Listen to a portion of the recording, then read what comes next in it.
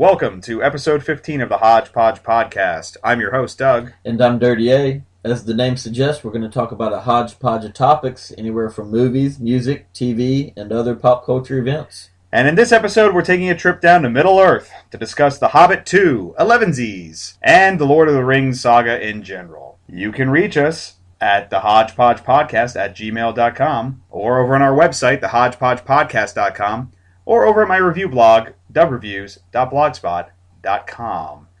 And as I mentioned in the intro, which you just heard, this past weekend we saw The Hobbit. The introduction of Smaug. The Desolation of Smaug. Yes, as you can tell, we were thrilled with this movie. I mean, it had this one great scene where Matthew McConaughey was driving, and they talked about going into space. It was brilliant, and then there was the other 3 hours. What 38 is referring to is we also saw the trailer for Interstellar, Christopher Nolan's new movie that we've been waiting for since the end of The Dark Knight Rises. So that's coming out next year. Worth the price of admission. Yeah, it was worth the $8 that we paid to see The Hobbit 2, Second Breakfast. Before we start talking about this, we're not going to delve into the books because, as you all know from listening to the past, that's 38's handicap. I haven't read And them. honestly, I've always wanted to read the Lord of the Rings books and stuff like that, but I've just never gotten into them. I think I started reading Lord of the Rings, I was just like, when are they going to get to Aragorn? And because Tolkien just goes on and on and on and on. The movies do a good job of streamlining everything. And then The Hobbit, I just never really read either, because if you're not going to read Lord of the Rings, why read The Hobbit? Eventually I probably will, probably before I die, but you know. I will not. I know you won't. So we're not going to talk about the books. We're basically just going to talk about the movies. Because, in my opinion, Peter Jackson is fucking up. Yeah, this guy needs an editor. He definitely needs an editor. This guy needs an editor. The Lord of the Rings movies came out, the first one came out in 2001, and they ran each year after that until 2003 when Return of the King came out. They were great movies. I loved Lord of the Rings. I thought they did a great job with it. Then, about 10-ish years later, Peter Jackson finally came along and started doing The Hobbit, which was supposed to be 2 movies to start. Yeah. And then he decided, you know what? I like money. Warner Brothers likes money. Let's make it 3 movies. And let's face it, at the time, it should only be 1 movie. Yeah, it really should only be 1 movie. One, maybe 2.5 hour movie at most. Yeah. Not close to 3 hour movies. Yeah, it's ridiculous. And he claims he's taking stuff from the appendices in The Lord of the Rings and the Silmarillion and all that kind of stuff. And I talked to my friend, my older roommate, who is a Lord of the Rings expert, and he says, yes, some of the stuff is from the appendices, but there's a lot of stuff, especially in this movie, that Peter Jackson's just fucking throwing in there that never existed before. Of course there is, because what are you going to do with a story that doesn't exist? This movie exists solely as filler for bookends of a story. Right. And as did a lot of the first one. Yeah. I mean, that's the problem, is that it's so much, and the filler's fine. It exists for a reason, but not 3 hours worth. Yeah. Yeah. Let's delve into, I guess, we'll start talking about this one, Smaug, to start. The first one came out last year. It was decent, but long and boring, and in a lot of parts. And not even the CGI didn't even grab me. Like, I thought that was going to be my. I liked The Lord of the Rings, but I'm not like a super fan. Right. Like a lot of people are. You know, The Hobbit, I was on board. I was like, fine. You know, I thought that my redeeming grace in it was going to be the visual effects, the CGI and whatever, and lack of CGI in a lot of cases, that were going to be used in these movies. And starting with the first one, and definitely in this one, there was nothing there for me. I was just it's not left twisted in the wind. I would say that the special effects in the first trilogy were better than this one. Maybe. Now, I will also state that we saw this one. We didn't see this in the high frame rate crap or any of that stuff. We shunned 3D. Strictly 2D. Yeah, we went strictly 2D. The movie starts out with with a prologue that probably should have been in the first movie, because it really tells you why Bilbo Baggins, played by Martin Freeman, it tells you why he's there in the first place. It explains what he's looking for when they get to the Lonely Mountain. Kind of almost tacked on. Yeah, it's like that was what the reshoots were about. Oh shit, I forgot that scene in the first movie. Yeah. Come on down back to New Zealand. We got to film this. And then it gets into where they left off in the last one, and they run into all kinds of stuff. They run into the spiders. They get kidnapped by the elves. I mean, there's not really many spoilers we can cover because it just it is what it is. It just is what it is. Yeah. The problems that I had with it are, I think it's more with the stuff that didn't exist. It's just, that he's just stuffing in there. Like I said, I hadn't read the book, but I read the Wikipedia page. And a lot of the stuff that I had the problems with doesn't exist. Creating characters for no reason. Yeah. Including characters for no reason into a storyline that they didn't originally exist. Yeah, but overall, I mean, it's really, really long. It's 2 hours and 40 minutes. It probably should have been at most 2 hours. 2 hours and 41 minutes, because that last minute is backbreaker. So... The dragon, Smaug, he's voiced by Benedict Cumberbatch. He's all over the place these days. He is, yeah. He's like a rash. So no, he's a dragon. Oh, sorry. And the dragon was pretty cool, I will say. Yeah. He was pretty cool. Yeah. Again, that's what not a very we wanted to see, right? Not a very smart dragon. I've dabbled in Dungeons & Dragons a bit in my life, and dragons are actually pretty smart. Not in this movie. So he's... And very lethargic. Yeah. Apparently. Yeah, very lethargic dragon, yeah. Well, here's my... What was he eating all that time? What was he eating? I don't know. Maybe it has a taste for gold. Ew. Why does it taste like copper in my mouth? Did I bite my tongue? Well, he did have that room full of dwarves. Oh, yeah, that were molding over. Decaying dwarves. Gross. So the dragon's cool, but that's... small potatoes compared to everything that. I mean, that's literally 30 minutes of the movie. Yeah, maybe. Yeah, and it kind of reminded me of the last one where the big draw was Gollum when Gollum came back and he was the best part of the movie and he's only in it for like 20 minutes and it's like a 3-hour movie and you're just like, oh my god. Yeah. So in this movie first of all they take their best actor, Mr. Sir Ian McKellen. Yeah, and they just have him. Oh, I'll see y'all a little bit later. Right. I'm going to go do my own thing over here. And then he's just gone for 80% of the movie. Right. And that, I said we wouldn't bitch about the books, but that is in the book. He does disappear from time to time in the story. Probably because if Gandalf was around all the time, they would just... Fair enough, right? He's a wizard. They would be like, bloop. Yeah, no, bloop, we're here. We're here at the mountain. I mean, it's kind of ridiculous, but... He goes off on his own, and now they have to find something for Ian McKellen to do. So they send him off basically to, quote, investigate what's going on. Necromancy. Yeah, so some necromancer and stuff like that, and he goes off to investigate it. And it turns out that he discovers that Sauron's coming back. Sauron was the big bad in Lord of the Rings. Dum, dum, dum. The problem that I had with this is not, the scenes were fine, they were cool and everything, but the problem I have with it is that it basically contradicts what Gandalf does in the beginning of Lord of the Rings. When he discovers Bilbo's ring and that the ring could be the One Ring, he goes off and does all this investigating and stuff like that. And he actually, if I recall, he actually rides by Mordor and he's like, oh shit! Shit's going down! Shit's going down! I better get back and tell everybody. Right, and then he goes off to talk to Christopher Lee, and he's like, "Oh, shit's happening, man!" And then that's when Christopher Lee betrays him and all that stuff. Right. But at the beginning of Lord of the Rings, based on what we know now from The Hobbit, he's clueless as to what was. Yeah, it's like, what does he get bonked on the head in the next movie? And he's like, I forgot. I'm assuming my assumption has got to be that in the last movie coming up here, we'll have to address that. It'll have to address it. Like maybe he thinks he defeats Sauron again this time. Maybe. But yeah, either way, I agree with you. It doesn't hold true to Lord of the Rings the way they fit him in here with The Hobbit. And that essentially is the main problem I have with these two movies so far, and I'm assuming I'm going to have the problem with the third one, is that Peter Jackson is not making The Hobbit. He's making prequel to Lord of the Rings. And the two are not the same thing. Right. Because Tolkien wrote The Hobbit first, and then when that was a success, he says, oh, now I'll do Lord of the Rings. So Peter Jackson's doing it ass backwards, and that's why these movies are so long and overstuffed and boring. And it surprises me.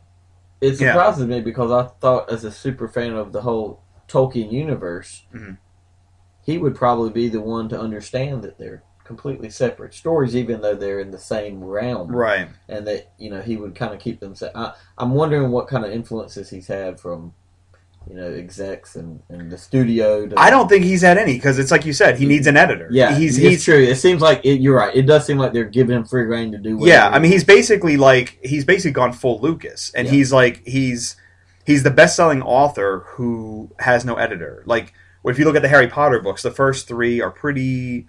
The first two especially are like kind of short. Not short, but they're smaller. Once you get the fourth book, it's like, bam! And then the fifth book's even longer than that. And that fifth book was like almost 1,000 pages. And it was clear, it's like, oh, it's a big hit. Do whatever the fuck you want.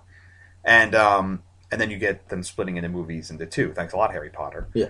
As our friend Matt King likes to blame Harry Potter for this phenomenon. It's a safe bet. They're doing it with everything. Yeah. So... And this is another one. Right, exactly. So and you could kind of see it, because the same thing happened when he did King Kong. King Kong was...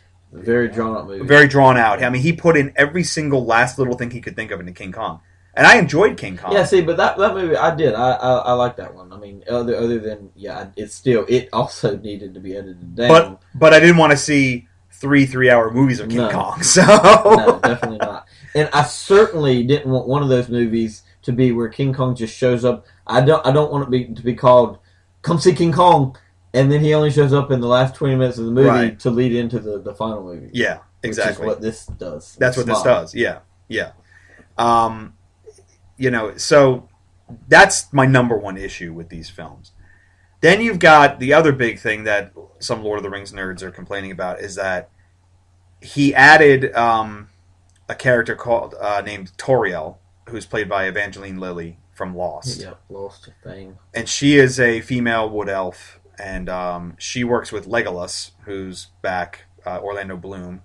P.S. He wasn't in the book either. I was about to say, neither one of these characters are in the book. Neither of them in the book, so there's no reason for them to be in this movie. And there really isn't a reason. There isn't. It's that they solely exist to move this filler plot along. Right. Like, that's their reason. And even without them, you could have done it. Right. I don't really... Yeah. And I'm all for, Tolkien's universe is very male-dominated. And I'm all for putting women in the series like they did with Liv Tyler's character, who was a character in Lord of the Rings, but they just amplified her role. And they said, oh, well, this male elf does this thing, so we don't need him. We'll just have Liv Tyler's character do that. And that's fine. That's great. Yeah. But they invented a whole new character, gave her gooey eyes, basically to give her gooey love eyes. Yeah, gave her a romance subplot with one of the dwarves. It didn't work. It doesn't work. It doesn't pay off. Exactly. There's no payout for it. It just exists solely for maybe some subset of the crowd that wants something a little more than action. Right. Maybe I don't know. And then I still haven't figured out why. And then towards the end, they come in, and my problem with the first Hobbit movie was that, and it continues in this one, is that every single time they get into trouble, somebody comes in from out of nowhere and saves them.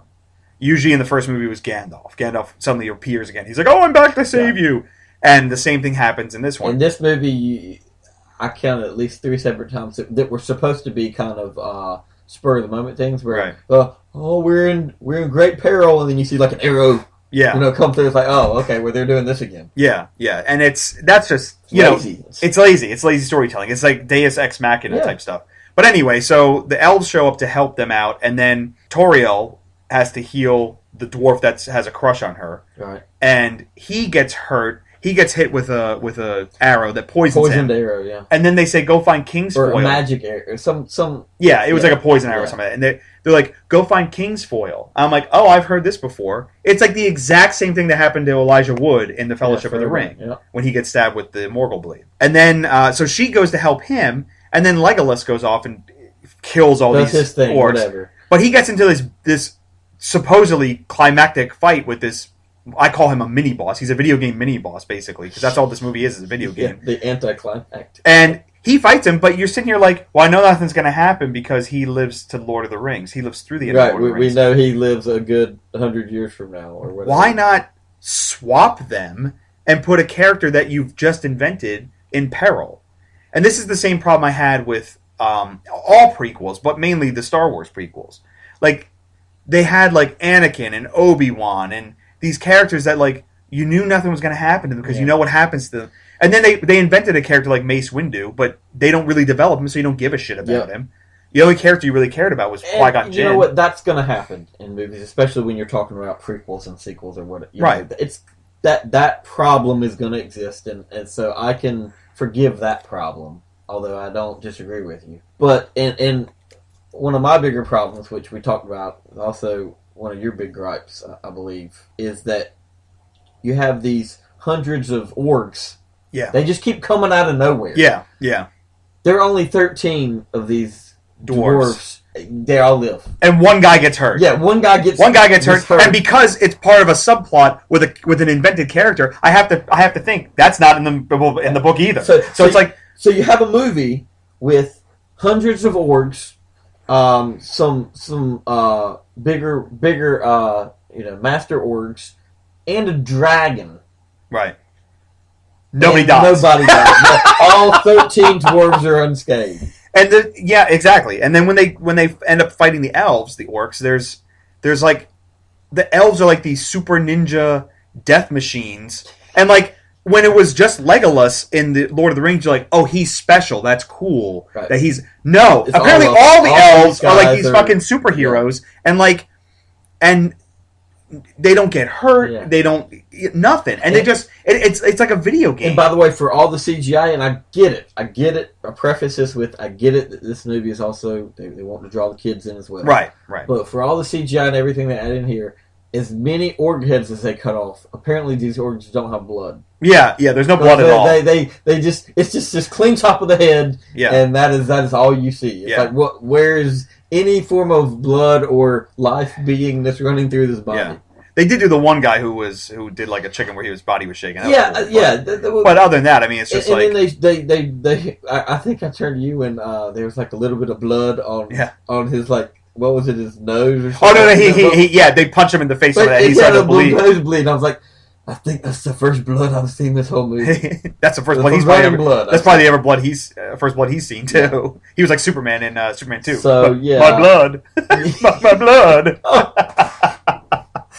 So like I said, the action is basically it devolves into like a video game, and these characters, these orcs, these boss orcs are like mini bosses, like in a video game. And those guys, another thing that bothered me is that in the first trilogy, a lot of the orcs were human actors made up in costume and makeup, and they looked great. And everything was great, nothing looked fake or out of place. These two main orcs that are in it are completely CGI, and you can tell. And it's like, and you would think that like with these guys did Gollum, and Gollum is, to me, he's still the gold standard as far as like these motion capture things and the motion capture performances, followed by Caesar from Planet of the Apes. He's really good too. Both Andy Serkis, by the way. But to me, Gollum is still the best. He interacted with them, and it looked like he was there on set. There was a Gollum there. But these orc guys, you're just like, I can tell he's fake. He just looks fake. Yeah. No, it's 100%. It's CGI that seems like it would be CGI from 10 years ago when they did Lord of the Rings. Yeah. As opposed to, what they can do today. Right. And again, it reminds me of Star Wars in that when he did Lord of the Rings, New Line came to him and said, do the 3 movies. But they probably held him in check because Peter Jackson was basically an unproven guy. He just had this great ambition to do this. Yeah. And Lucas was the same thing with Star Wars. Like Star Wars, they gave him some money, and then he had to make do with what he had. The first big picture, and then they said, all right, proceed. Right, and he had to make do with what he did, and then he ended up paying for Empire and Jedi by himself because of all the toys. But then when Lucas got to the prequels, and he had nobody telling him what, no voice of dissent or anything like that, look what you got. Everything looked fake as shit, and you're just, he was like, we were watching a little bit of Red Letter Media guys beforehand, and when they do the Plinkett review, they show all this supercut of Lucas on the set of the prequels, just sitting in a chair in a blue screen room, just going, action, cut, action, cut. He's like not even getting involved. He's just like whatever, just watching on a monitor, And I almost feel like that's what they were doing with Lord of the Rings. It's not as bad because there is some obviously location shooting and stuff like that, but it just looked faker to me than it did in Lord of the Rings. I've wrestled with this in my head or not, whether I was giving this movie a fair shake or not. Right. Because I'm just completely taken out of the whole universe of this, and maybe I'm just not appreciating it. Right. But, I'll come to the conclusion, no, this is just not a good movie. It's not. And there's no true beginning because which is fair. It starts in the first one, and there's no true ending. And I'm okay with cliffhanger endings. Just don't call a movie The Desolation of X, right? And then never get to a desolation, but literally just. Well, they claimed that one city was the one that was destroyed in the flashback. Right, that was his. It was Smaug's desolation, that they were talking about. Whatever. I guess that's possible, but that's not the way. I think most people take that. I would say probably the most famous cliffhanger for our generation, obviously, is Empire Strikes Back, and people complain about that same thing that has a middle movie, but there actually was a capper to the end. The Empire Strikes Back. Exactly right. No, they had a full on plot in that movie that was resolved, and then they went to the cliffhanger. Right. And they don't do that here. Right, they don't. Because it's supposed to be one movie. Right, because there's nothing to resolve. There's only one thing to do here.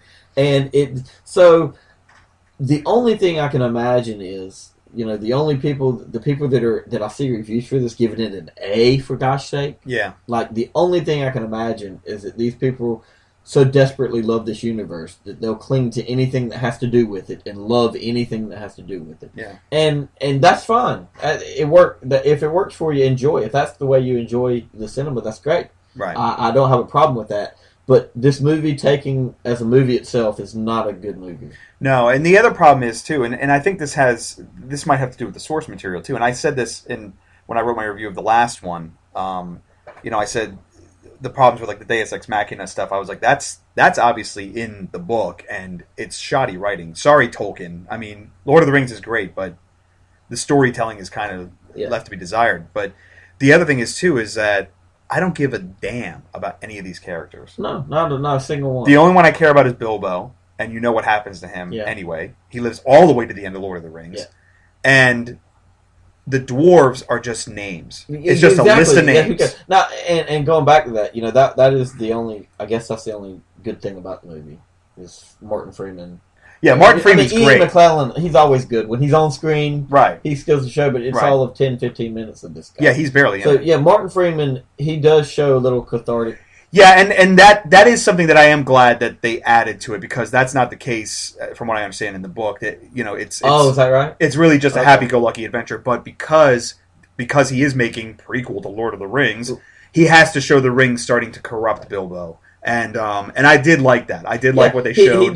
He has a great performance. Yeah, he's great. Martin Freeman's great. He is easily the best part of both movies. Yeah, and that's unfortunately not saying a whole bunch. For me. But he does good. I don't want to take anything away from him, because he does do a good job here. No, he does. He really does. He's great.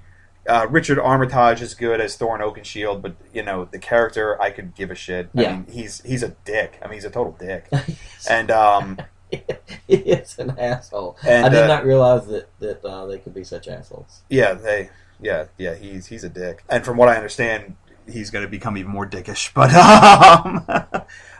and that's they try to throw in some humanity there for him. Right. It's like, it goes back, like you said, I just don't care. Yeah.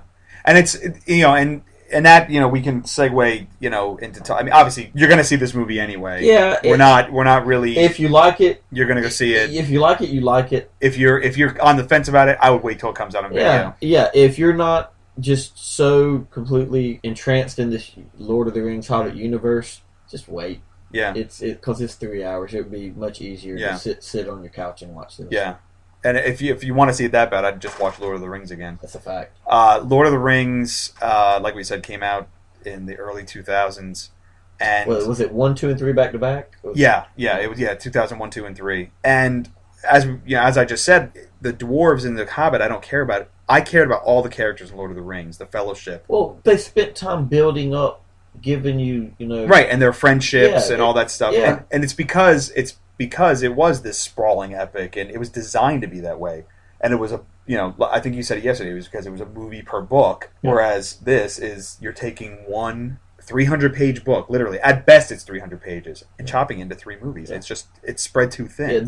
If you're trying to remake the book, at best you're talking about a 2-hour, 2.5-hour, one movie, right? Not over 2.5 hours for 3 movies. Even if not 8 hours worth of story. Yeah, even if he had done one 3-hour movie, I probably would have been fine with that. Just to get a lot of detail. But no, it's.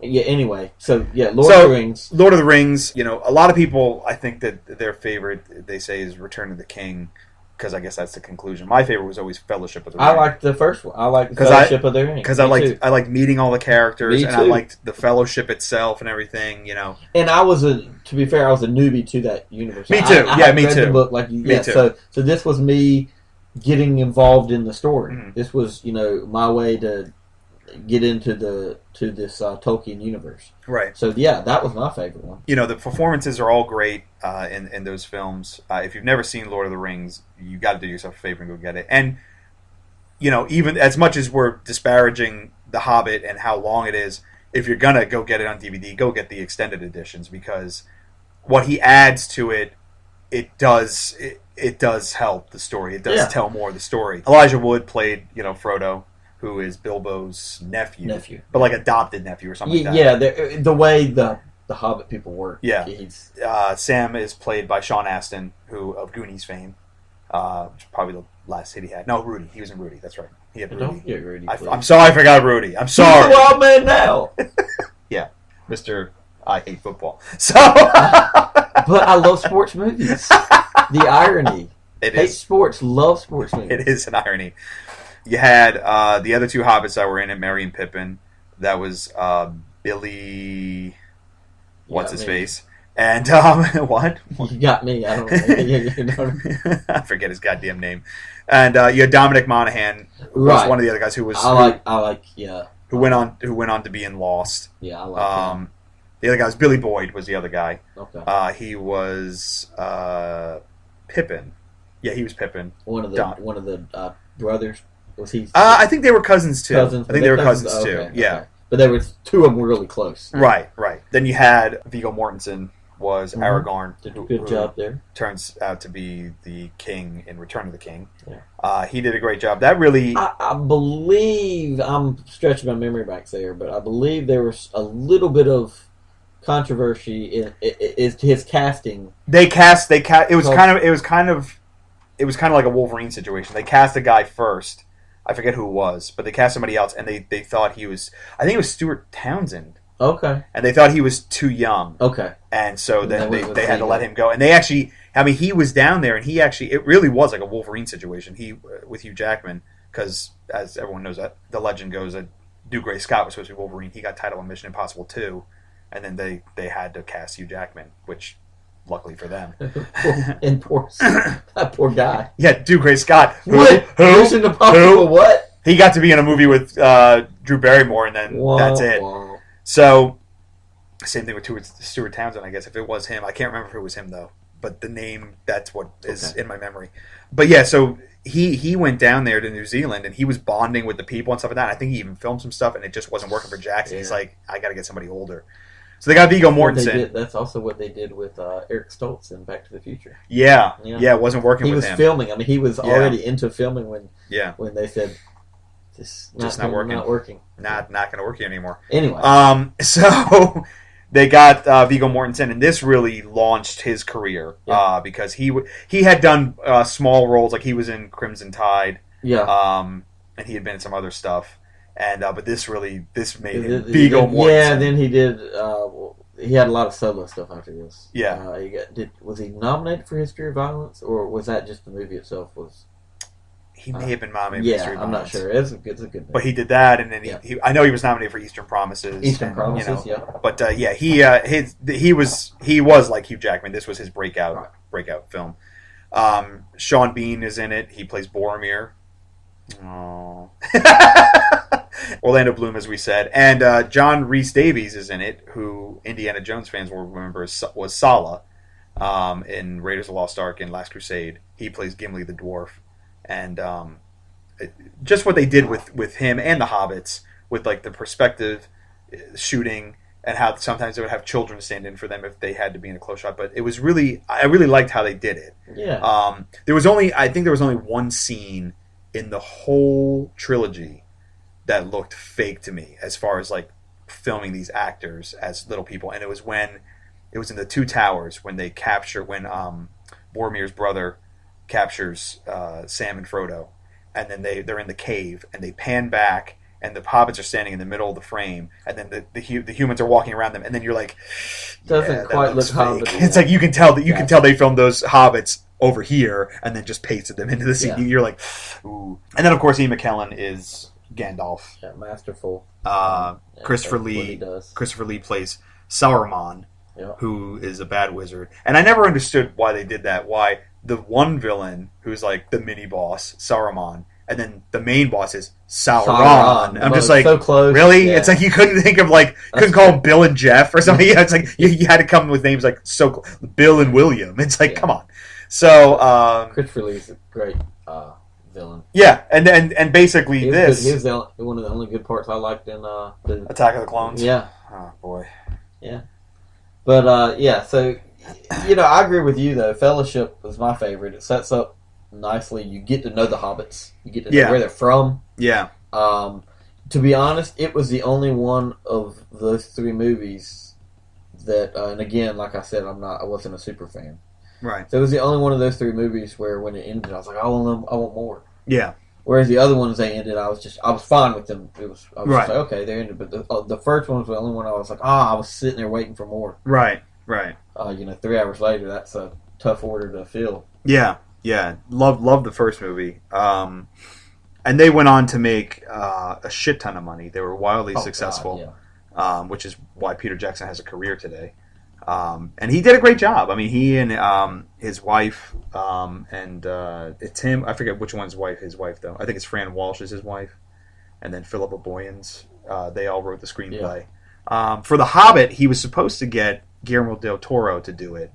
And I was actually happy when Peter Jackson ended up having to do it anyway, because Del Toro... I think that was really early on, though, wasn't it? Del Toro was involved pretty late, and then something... I think it's because they couldn't get the rights issues completely sorted out, and then finally... they still have it. Yeah. And then Weinsteins still want their money.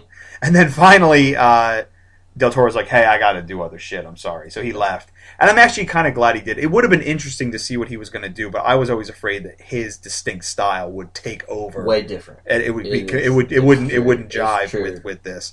Because you could see that happen with Hellboy. Like Hellboy 1 was very it was good, but it was very, very much its own thing, and then all of a sudden you did Hellboy 2, and all of a sudden you're like, is this Pan's Labyrinth 2? Because it really looks like it is. It was a little more... I don't even know what word to use because it's Hellboy, so it's all fantastic. Right. But it was very much more in Del Toro's. Yeah. It wasn't like the comic book. It was more like Del Toro. I never really put that together before. You're absolutely right. Yeah. It's. I mean, again, it doesn't make Hellboy too bad. It's just that when I heard he was going to do Lord of the Rings, I was like, I don't know if that's going to mesh well with what Peter Jackson did. It would have been interesting. It would have been interesting, but. Oh well. So instead we got Pacific Rim. I'm okay with that. Gypsy Danger. So Lord of the Rings really, really ushered in also the fantasy boom in cinema. You suddenly had all these knockoffs. They did, and it also kind of tied in with the young adult stuff that Harry Potter launched. For sure. But you had, they had a Dungeons and Dragons movie, which was awful and didn't go anywhere. Then they had that Jason Statham movie. What was that one called? The Homefront. No, it was. It was Statham Jam. It was called the something the King. In the Name of the King or something like that. Yeah, it might actually be in the Name of the King. Yeah, awful. But it really it gave the studios a reason to amp up these fantasy stories. And to be totally honest, for good, that's a good thing. Yes and no, because a lot of those named some that were a lot of those movies were garbage, but Lord of the Rings did open the door to for Game of Thrones to finally get adapted. Right, all of this period type of dramas and stuff. Yeah. Right. And because Game of Thrones would not exist. Hey, thank you for that alone. Yeah, because if I mean, obviously it would exist as a book, but they never would have adapted it if Lord of the Rings hadn't been as successful as it was. Would have never been born. Well, he was. Well, he was. Yeah. But he was. Yeah. He was in Death at a Funeral. That's right. We talked about that movie a few weeks ago. It's a great movie. You have a bad memory. Little gay dwarf. I mean, little person. Right. To edit that out. Thanks. More work for me. So anyway, but also with Lord of the Rings, you also it also gave birth to motion capture, which is a big thing in Hollywood now. Andy Serkis, who is like the king of motion capture, he's up there with I guess Doug Jones.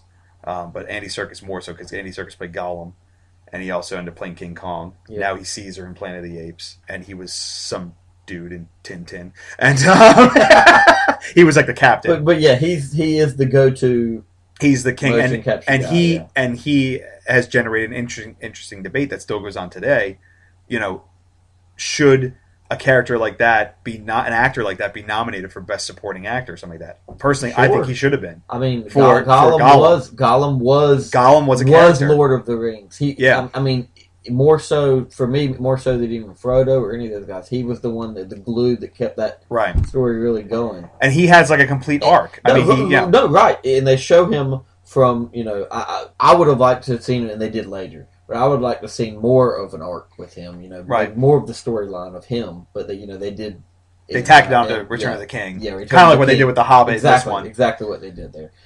Because I think they realized the audience wanted to see it. Well, it's not just that, but except in that case, it actually worked. Right, agreed. Yeah, because I agree more. He, in my eyes, got a little snubbed for at least the series. People thought he should have been nominated for Planet of the Apes, The Rise of Planet of the Apes, or what? No, it was.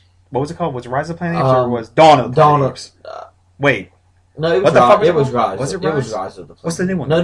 The new one's Rise of the Planet of the Apes. What was the other one called? It was just Planet of the Apes. No, it wasn't. It was because it was like the beginning of Planet of the Apes or something like that. Is there a second one? The second one's coming out next year.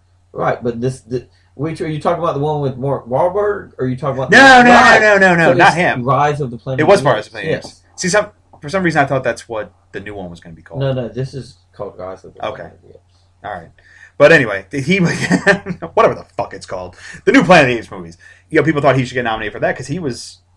Rise of the Planet. Oh, it was Rise of the Planet of the Apes. Okay. Which was a good movie. It was good. Yeah, it was surprisingly good. I was actually very. Yeah. I was on the fence on. I mean, I was looking forward to it, but I was on the fence. But yeah, it was. Because I mean, obviously we're segueing here a little bit, but my biggest thing. Well, it's an Andy Serkis connection. Yeah. My big thing with that movie was like, all I need to know is, how do the apes come to power? And if it's a reasonable explanation, I will like this movie. And it was. It was, yeah. It was. Because I was like, how are apes going to fight a fucking tank? And they didn't beat it to death. Like I love. No, yeah. I love the way they did it. Was very subtle at the end. I love the subtle the very end where even in the credits it's showing, because it was basically two things that happened that caused this. It wasn't one thing. It wasn't like the super smart ape and that's what caused. Right. No, it was. The one super smart ape, and then you had to have this disease as well. Right. Anyway. But yeah, because my thing was always like, no apes are going to fight tanks and win. So that explained everything. So thank you very much. Absolutely. Good job, Planet of the Apes. Yep. We'll see if the next one's as good. Yeah. So, I can guarantee this. It'll probably be better than The Hobbit. So... Yeah, it's not hard to do, sir. But, so Lord of the Rings was just monumental, and... people were looking at it as being like, even though it had been based on a book so long, people were calling it like the new Star Wars, basically, because it was... I mean, yeah, and, a lot of people love to argue that it's better than Star Wars because it's the original trilogy, they call it. That's true, yeah. Because, so much is based on Lord of the Rings, so much fantasy. Yeah, and, the only thing I have to say to that is all these people can suck my dick. Or to say, other than that... no, to each his own. But I'm sorry, Star Wars is the trilogy. Yeah. Star Wars, the birth of the movie trilogy, right there. Yeah, I mean, because technically, Lord of the Rings, when he wrote the novel, it was his publisher that cut it up into 3 books. He wrote it as just one. He just wrote it as one big book. He said, "Here you go," and they said, "Well, we're gonna do this." Yeah, and, but even going back to when you look at the Return of the King, God, I hate to say it because I would get some backlash for this, but even the end for me was a little anticlimactic. Yeah, because you know why it is because they were fighting against an eye in the sky, and there was no real the Alan Parsons Project. Yes, they were fighting against the Alan Parsons Project. Yes, Jesus. Yes, with Two Towers, it was a guy. It was Saruman. Yeah. They were fighting against him and his dudes. Yeah. And like the Battle of Helm's Deep, which was the end of the Two Towers, which was fantastic. That castle in the rain and all that shit, it was great. Then they had another battle in Return of the King on a field with another castle city. So it's like, it kind of felt like, did we do this already? And Sauron was a dude at some point. Like, why not have him come back and embody at the final battle? Why not have him come back and embody a person again of some sort? Right. Anyway, they had that's not the story. Yeah. That's not the story. Right.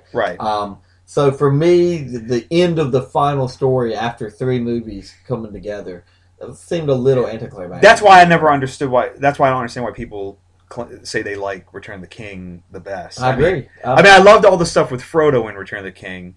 I get a little choked up when they're on the side of the mountain and Sam says, I can't carry the ring, but I'll carry you. Yeah, God in the sand. Yeah. What? the old the footprints in the sand. Yeah. So that's basically what that was. I mean, it gets that gets me good, and then there's more Gollum, of course, But yeah, Return of the King always felt it felt a little.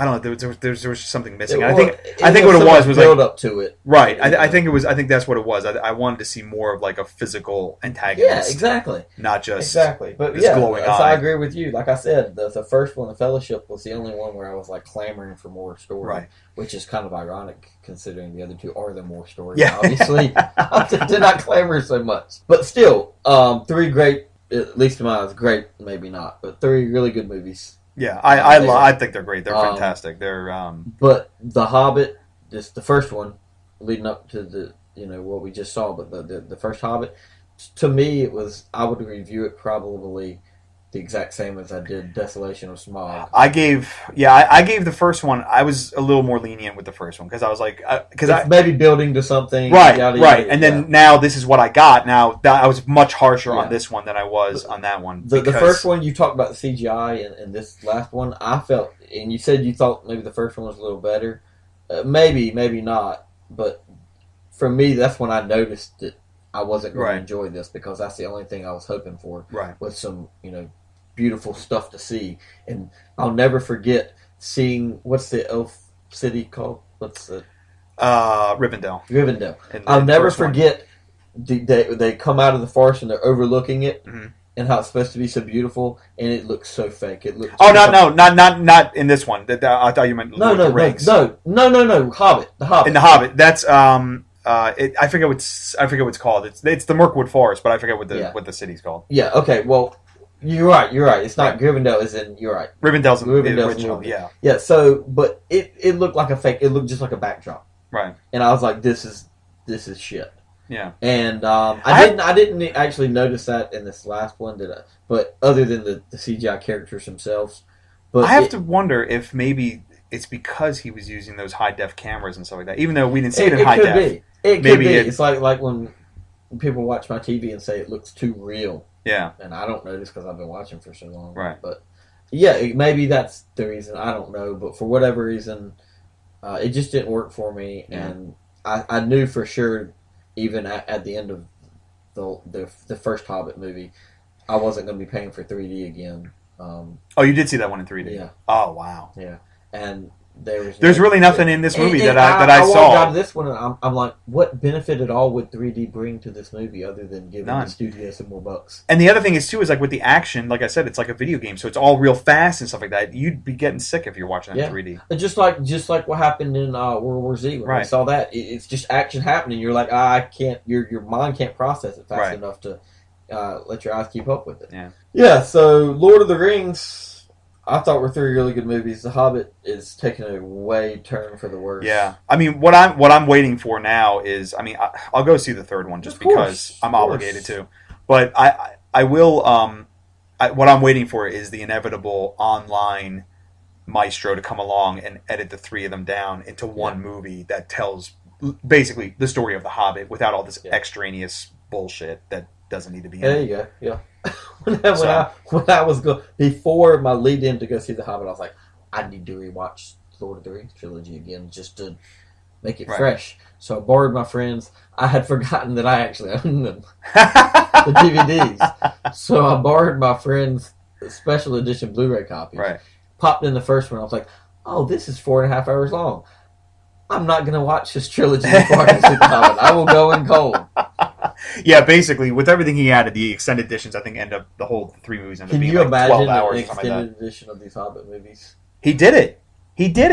When I saw the first Hobbit, I was like, there's no way he can do an extended edition. And then he did. And it came out on Blu-ray. I was like, are you kidding me? I can't even imagine what they're like. I can't even imagine. But hey, Smaug's cool and Martin Freeman's great. Yeah, but you know what else you can watch Martin Freeman in? Sherlock. Boom. So, there you go. New season starts January 9th, I believe, here in the States. Actually, the New Year's is when it's starting up over there in the Brits. Yeah, but you can sure stream it. Stream the series online, but it starts up here in January 9th on PBS. Cool. Oh, it's on PBS? It's not going to be BBC? PBS. That's it. They may port it over to BBCA, but it's PBS who owns it. Oh, okay. Yeah. So there you go. That's The Hobbit and our shitting all over it. And but hey, if you want some Tolkien, go rent Lord of the Rings. But I'm sure you probably own it. Everybody does. And we know you're going to go see The Hobbit. I would not take my advice either. I'd end up seeing it anyway too. Yeah. But man, I'm sorry. Yeah, I was just really bored by it. Just really bored. And I was not Pirates of the Caribbean 3 bored. Oh man. Because I was super bored in that. That was I didn't even bother with the that's the Black Pearl. No, Black Pearl's the first one, I think. What was the third one called? Is that the end, the world's end, or whatever? So, yeah, that sounds right. Sounds right. Yeah, after that one, I was done. Yeah. I didn't see the fourth one either. Yeah. But anyway, that'll do it for this episode of the podcast, Hodgepodge Podcast. Next week, we will be discussing a little Ron Burgundy. Anchorman 2 comes out this week, so we'll be seeing that. Whammy! Whammy! Whammy! It'll be, if you liked our little bit at the end of the beginning of last episode for American Hustle, I'm sure there'll be plenty of quotes. And we'll also talk about two other comedies that we saw recently, Philomena and Nebraska. Yeah. Apparently Nebraska is the movie that all the kids are talking about. Yeah. Because we saw this 12-year-old kid there and with his parents, and we're like, yeah, we're really sure he wants to see Nebraska. I bet that kid was in stitches. So, yeah, that'll do it for this episode, and we'll see you next time. Enjoy your journey.